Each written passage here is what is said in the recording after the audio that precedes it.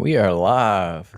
Welcome back with Murphy Mac to another episode of the Fitness Beginner Podcast. What's up, everybody? Hope you're all having a great day. I got started off on the right note. I ain't gonna lie, I'm a day late again on the podcast. I've completely slipped my mind on Monday. I'm telling y'all, when I got brain fog, when I got fatigue, I'm being for real. Sorry. Yeah. Bodybuilding prep is hitting full swing right now. A little bit less than 5 weeks out, and I'm feeling every single bit of it.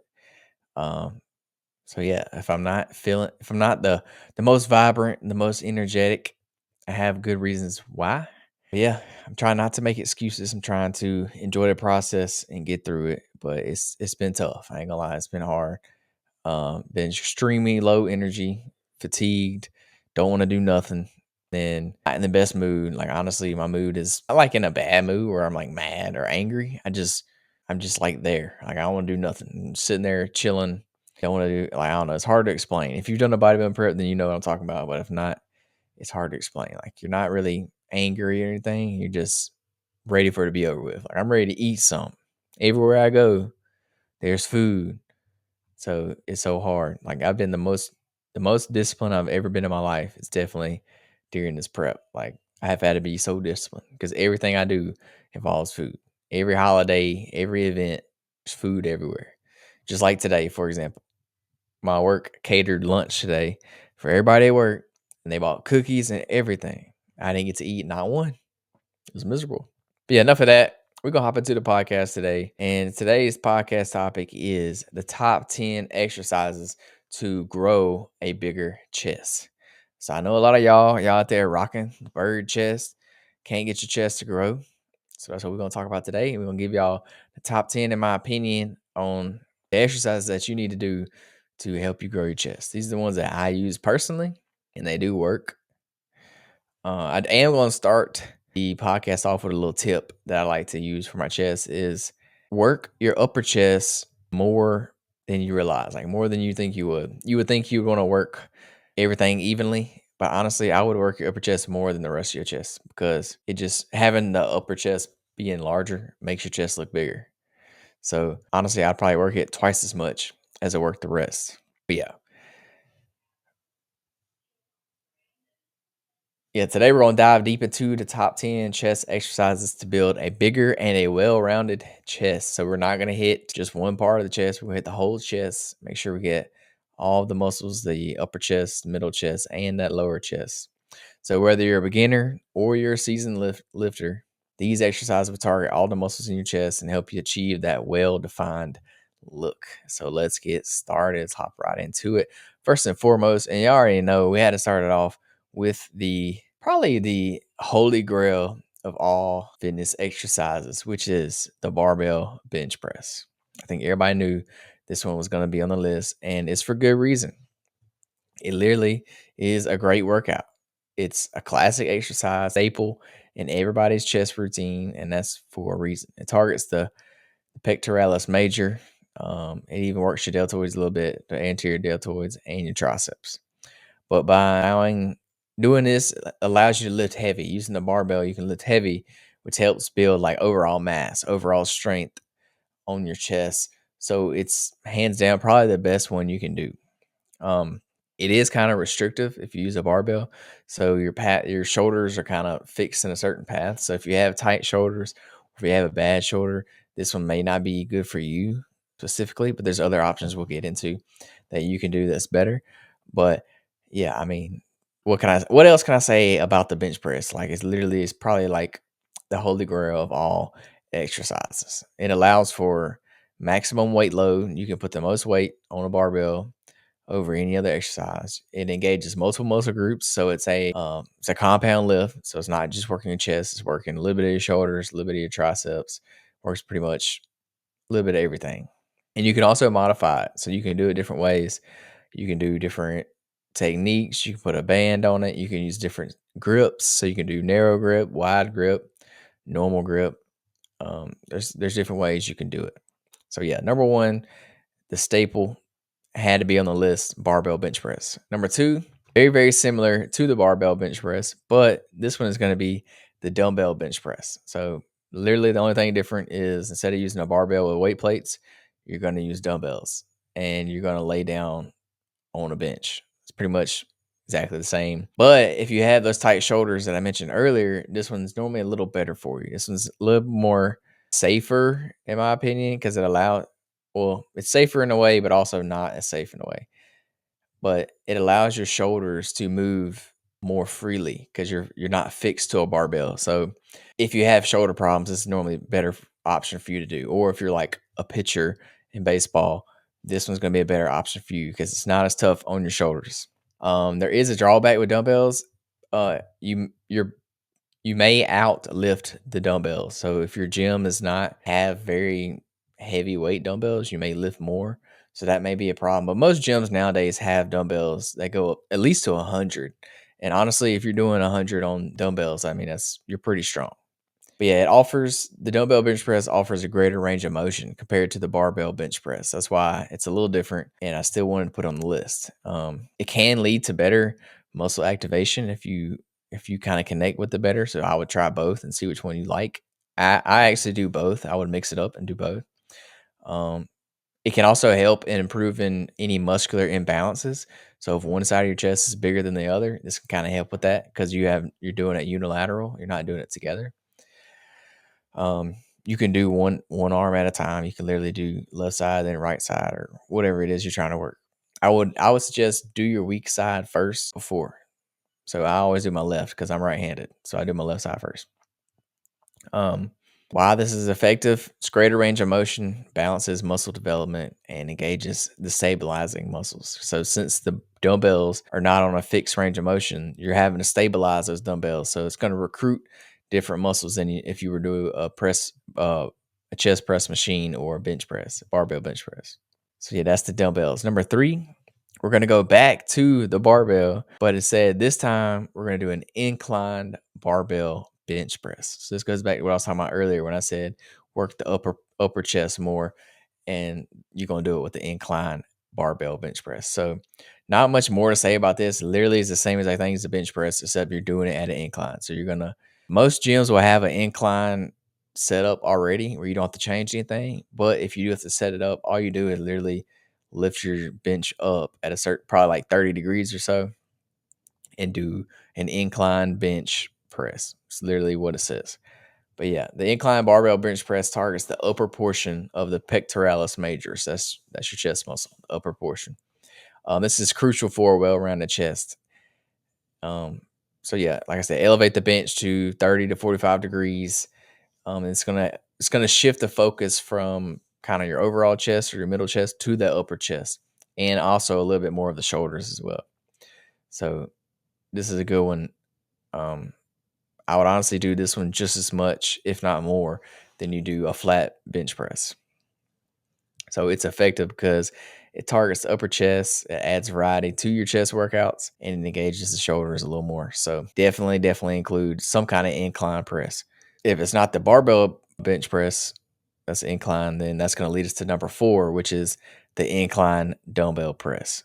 So I know this is kind of getting repetitive. We are going to change it up here in a minute, but again, same thing as a dumbbell bench press, just doing it on an incline. These are all good ways to change it up. You're still hitting the chest, but you're not doing it exactly the same. So similar to the incline barbell bench press, the incline dumbbell press focuses on the upper chest. It uses dumbbells, which allows for a greater range of motion, and it activates those stabilizing muscles. So again, same exact thing as the regular dumbbell bench press. You're just doing it on an incline.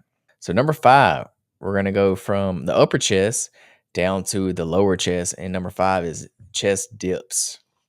So you're going to need a pair of like parallel bars. Most gyms have some kind of dip machine or dip bars that you can do this on. And most people will start just with their body weight. So most of the time you can do it with your body weight, but you can work your way up to doing it with weights as well. Use a little weight belt, hang belts from your waist. So chest dips are excellent for targeting that lower chest. This is going to get that a little roundness at the bottom of your chest that you really want to hit. So this is good for the lower chest. You can also hit the triceps with the dip, and you're going to hit your shoulders a little bit again. So you want to lean slightly forward during the exercise. This increases the emphasis on the chest. So I like to think If you lean your chest forward a little bit, it's going to work more of your lower chest. Or if you lean straight up, try to be straight up and down, it's gonna work more of your triceps. But I mean, either way, you're gonna hit both of them. So this is gonna be good for both. But mainly, we're hitting the chest right here. It's gonna hit that lower. It's gonna target the lower chest. It's gonna improve your upper body strength, and it's gonna engage multiple muscle groups again. So that's why this is a good, effective chest exercise. And you can overload it with extra weight if you need to. You can hang weight from your waist with like a weight belt, so you can overload it. You don't just max out with your body weight. But a good place to start is with your body weight. So you had chest dips. This is a staple in my chest routine right now. Actually, I do these every chest day. Number 6, we're gonna go to the functional trainer and we're gonna do a cable crossover. So if you don't know what a functional trainer is, like the cable machine that you see in the gym that has the cables you can lift up and down, and most time there's 2 of them, one on each side. This is a functional trainer or a cable machine, whatever you want to call it. The cable crossover is it's great for isolating the chest muscles and achieving a deep stretch. So you can really let the weight back and you can get a better stretch on the chest when you're doing it this way. So you can adjust the height of the pulleys and you can target different areas of the chest when you do this. So you can put them right in the middle to work the middle of the chest. You can raise the pulleys up and you'll work the lower chest, or you can raise the pulleys down and you'll work more of the upper chest. So the functional trainer is a good way to do the chest because you can work it in multiple different ways. This exercise is effective because you can isolate the chest muscles. You can adjust for targeting different chest areas and you can provide constant tension. So when you use the cables, you always have tension on your chest because of the way the weight pulls the cable. So when you're doing the positive part of the chest fly, then you're resisting the cables, but also when you lower it back down, you're also resisting the cables. So you never take that emphasis off of the chest muscles. You never take the like that stimulus off. So you're working it the whole entire time. So that's the one good thing about the cables. It's a little bit different with free weights. Sometimes when you do free weights, you will lose tension on the muscle that you're trying to work. So sometimes cables can be a little more effective. I love doing the functional trainer. You can do a lot of stuff with it. I'm actually looking to get one of these in my garage gym. That's the one thing I'm missing that I really, really want out of my garage gym is a functional trainer. So if you know anybody that's selling a functional trainer, y'all hit me up because your boy is trying to get one. Number 7, kind of similar to the cables, and this is the pec deck machine. So you've probably seen this in the gym before. If you don't know what it's called a pec deck. It's literally, I don't know how to explain it. It's got 2 arms. You can do chest flies with it, or you can turn around backwards on it and you can do reverse flies, which is working your shoulders, the back side of your shoulders. But the pec deck is just what they call it. I don't really know where that name came. I guess because it works your pecs. I don't know. The pec deck machine allows you to focus solely on the chest muscles without engaging the triceps or the shoulders. It provides a controlled motion and a great way to finish your chest workout off. I like this one because it really isolates the chest. It's kind of hard to explain it if you don't know what machine I'm talking about. But yeah, you sit down on the machine and you get the 2 handles and you squeeze them together doing a chest fly. And if you've never done one, this is a great way to work the chest. It isolates that chest sync like by itself, and it's good because you can control it. Again, you're working the muscle on the positive part of the rep and the negative because the way the weight is affecting the machine. It's ideal for finishing off your chest day. You can really pump some blood into the chest and pump out some extra reps towards the end of your workout. So yeah, I really like the pec deck. That's a good one. And you can really squeeze. A little tip when you do the pec deck is when you squeeze it together, when you do the fly, when you get the handles all the way to the middle, think really, really squeeze your chest and hold it there for a second, and then lower the weight back, like resist it back, do it slow. So when you think squeeze it in, hold it for like 2 seconds, 3 seconds, and then lower back, and this will really work the chest. Number 8, this wouldn't be a proper list without this exercise. And again, so I talked about the bench press being like the holy grail of all exercises. Well, I may be wrong because this may be the holy grail. This is at least the holy grail of body weight exercises or calisthenics. And this is the push up. So number 8 is push ups. You don't need any equipment. You can literally do it anywhere. You can add equipment to it if you want to, but literally, this is the most versatile body weight exercise you can do. Push-ups are good for all skill levels. You can make it easier. If you can't do a normal push-up, you can do it on your knees. You can do incline push-ups. You can do decline push-ups. It's going to be good to work the chest. It's going to work a little bit of your shoulders. It's going to work a little bit of your triceps.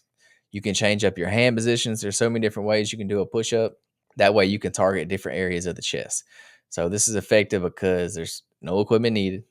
It can be modified for different levels, and it also engages your core muscles a little bit. So if you want to make the push-up easier, do it on more of an incline. If you want to make it harder, do it on more of a decline. So if you're a very, very beginner, you can even start on a wall, like literally lean against a wall and literally do a push-up against the wall. And the harder you want to make it, back your feet off the wall more and more. The more you back your feet up off the wall, the more angle you create, the harder it will get until you eventually get flat. You can also do it off your knees if you need to. And then if you want to make it harder, you can put your feet up on top of something. So you're at a decline. This will make it harder. And then there's also ways you can add weight, like put weights on your back or something to that effect to make it harder. But yeah, the push-ups, this is a staple in pretty much everybody's chest routine. I like to do these as a warm-up for my chest day. So I do push-ups before I do any other chest exercise on pretty much every one of my chest days, just because it's good. It's a good body weight exercise to do to really warm up the chest muscles before you start adding a lot of weight. So this is always a go-to for a warm-up. Number 9, we're going to switch it up a little bit, and we're going to do a decline barbell bench press. You can also do decline dumbbell bench press. Either way, whatever you prefer. I would do both. So decline, if your gym doesn't have a decline machine, this is going to be kind of difficult for you to do, because if you lower your bench on the decline, you kind of want to like slide off the back of it. So a lot of gyms will have a decline machine, which has like a little thing you can put your legs in, which is great. If you have that, use it. The decline machine bench press is going to work the lower part of your chest. So it's kind of the same as a dip. It's going to work that lower part. But if you don't have the decline machine, this is going to be kind of hard because you're probably going to slide off. Once you get a lot of weight on you on the decline bench press, you tend to slide backwards. So if you don't have a decline machine, I probably would stay away from these unless you have some way to lock in your feet. If you can lock your feet in somehow, then this is pretty good. But yeah, the decline bench press targets the lower portion of the chest. By lowering the bench angle, the focus shifts to the lower pecs, helping to develop a fuller, more rounded chest. A lot of times you'll see that you can do heavier weights. Like if you do a decline, you can lift heavier weights with the decline press. But yeah, this is good because it targets that lower chest, adds a little variety, and allows you to hit every part of your chest. So you're doing decline and do the flat bench, work in the middle of the chest, and then do incline, work in the upper part of your chest. And then last but not least, number 10 is a Smith machine press. So basically you're doing the bench press, but you're doing it on the Smith machine. So if you don't know the Smith machine, it's the machine where the barbell is hooked up to the little guide rails. It's a guided motion. It's basically like a built-in spotter. So this can be helpful for beginners or for those recovering from an injury. It allows you to focus on the chest muscles without worrying about balance. So it takes off the balancing portion of the lift. You don't have to work those balancing muscles. You're literally just working the chest. So it isolates the chest a little bit more. And the good thing about the Smith machine is you can do all those exercises we talked about earlier. You can do a flat Smith machine bench press. You can do an incline Smith machine bench press, or you can do a decline Smith machine bench press. You can do it all. You just have to put a bench under the bar and you adjust it yourself. So this is good because it isolates the chest. You can really put more emphasis on the chest doing it this way because you don't have to worry about balancing it. The bar can't go forward or backwards. It can only go up and down because it has the little guide rails. So it's effective because it guides that motion. It helps with safety. So this is good for recovery. You'll see a lot of people with injuries or stuff when they're coming back, trying to get back into lifting. They'll do it this way. Or a lot of beginners will use this just to get them used to the movement. So yeah, there's multiple reasons why you would do a Smith machine bench press. And honestly, I see a lot of people that do incline Smith machine bench press. I don't really know why, but I think it's because they can really, really put more weight on the bar. Yeah, it kind of spots you a little bit, but you can do more weight and put more emphasis on the chest because if you have to, you can just rack it. You don't have to worry about dropping the weight on you. Or two, it takes off the balancing portion so you can lift a little bit more weight when you're doing the Smith machine, you can really put all that focus on the chest. So I don't do these as much. I will do them every now and then. And now that I think about it, I'm going to incorporate some more of these Smith machine bench presses into my lifts because I think that it is very effective.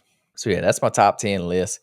Some bonus ones that I would include that I actually like a lot is any kind of chest press machine. So plate loaded or selectorized machines. These are going to be good. They make regular chest press machines. They make incline chest press machines. They also make decline chest press machines. But I didn't include these because some of the machines I don't like. Like not all machines are created equal. Some of them are different. Hammer Strength has really good machines. That's actually what we have at the gym that I work out at that I really like. But some of them I don't like. Some of the cable machines are a little funky.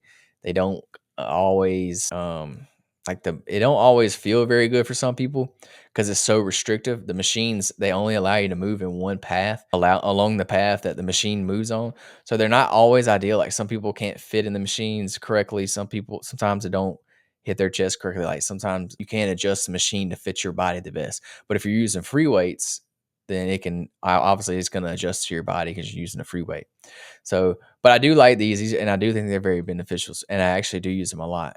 I like the hammer strength ones, but not all gyms have hammer strength. So yeah, any kind of like chest press, incline, decline, or regular chest press machine are also a good alternative to work your chest. But it just depends on, I don't know. It's kind of a personal.